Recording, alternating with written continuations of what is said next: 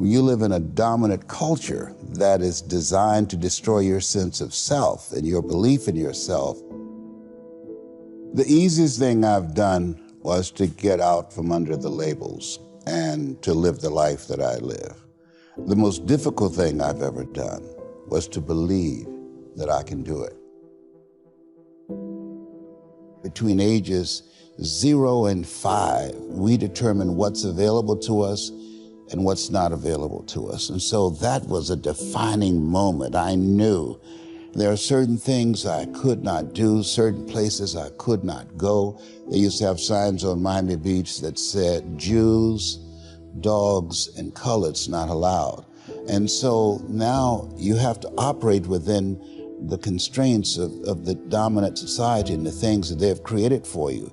And it's a challenge to see yourself beyond that and to work to get outside of that, even after those laws have changed, because that has become so much a part of you. You unconsciously operate within the parameters of what has been put in place. Like you're driving on the expressway, the 405, and you'll get off on an exit that you weren't going in that direction, but you unconsciously did it because you've done it so many times that many people, because they're not making a conscious, deliberate, determined effort to think outside of what life has thrown at them, they end up doing the same thing over and over and over again. Einstein said that thinking that has brought me this far has created some problems that this thinking can't solve.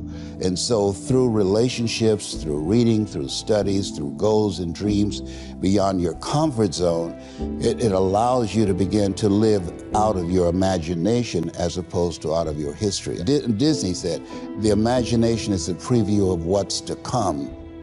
They have to expose themselves to something that will give them a different vision of themselves. And in addition to that, they have to put themselves in a community of what I call OQP, only quality people.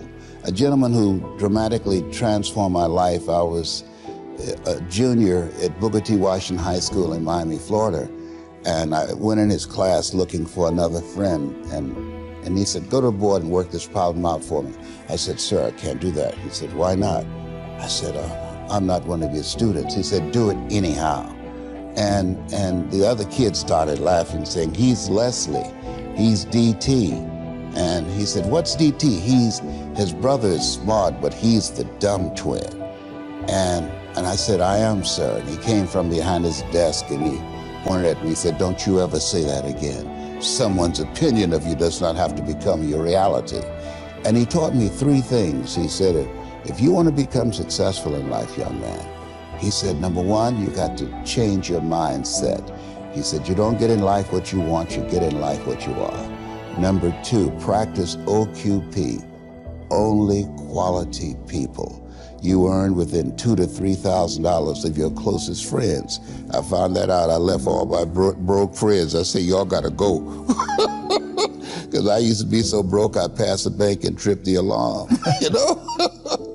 And the 3rd thing he said, develop your communication skills, because once you open your mouth, you tell the world who you are. He said, those are 3 major things that you want to work on that will liberate you from living in Liberty City, living in poverty in Overtown. It will help to escape out of where you are right now, because I see you watching me and I know you want more. I can see the hunger in your eyes. You get hungry by finding something that's you. I believe that all of us are born unique, but most of us die copies. You got to find out what is it that turns you on, what resonates with you. One of the things that I realized and what allowed me to become successful as a speaker, the speaking industry has been hijacked by people who speak to sell, and it's okay to do that and make money. I speak to change lives because somebody spoke and changed my life. So this is my passion. This is my drive. This is something that I feel in my heart. And so the key to that hunger-driven life is a heart-centered life. I didn't do what I'm doing for years because of my programming, because of the culture in which I was raised in. I would see other people with degrees and PhDs and MBAs and credentials I don't have, and I convinced myself I couldn't do it. But Mr. Washington, on that day, we became friends, and he taught me not only someone's opinion of you does not have to determine your reality. He said that you have to work on yourself and you have to have an unstoppable attitude, and no excuse is acceptable, and you got to make it a priority, a non-negotiable in your life, and hold a constant vision of what it is you want to achieve. See it accomplished and go all out. Find a way to win in spite of the setbacks, in spite of the disappointments, in spite of your failures. I tell people when I'm giving presentations, you will fail your way to success. I have a saying, as life knocks you down, try and land on your back, because if you can look up, you can get up. And so those experiences of going after goals that's beyond your comfort zone, and having relationships that will challenge you, and surrounding yourself with coaches and mentors who can take you to a place within yourself that you can't go by yourself, because you can't read the label when you're locked in the box.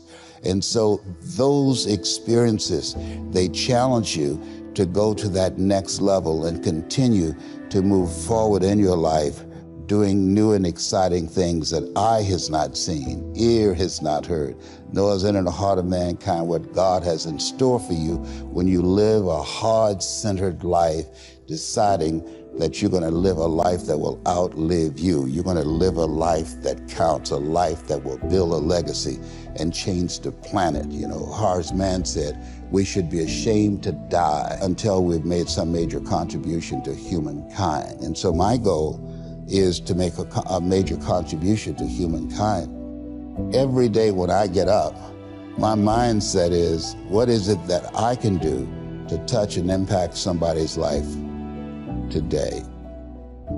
Don't live the life that has been given you by their circumstances, by the people that's around you. That Sidney Poitier wrote a book called The Measure of a Man. And he said, when you go for a walk with someone, something happens without being spoken. He said, either you adjust to their pace or they adjust to your pace. Whose pace have you adjusted to?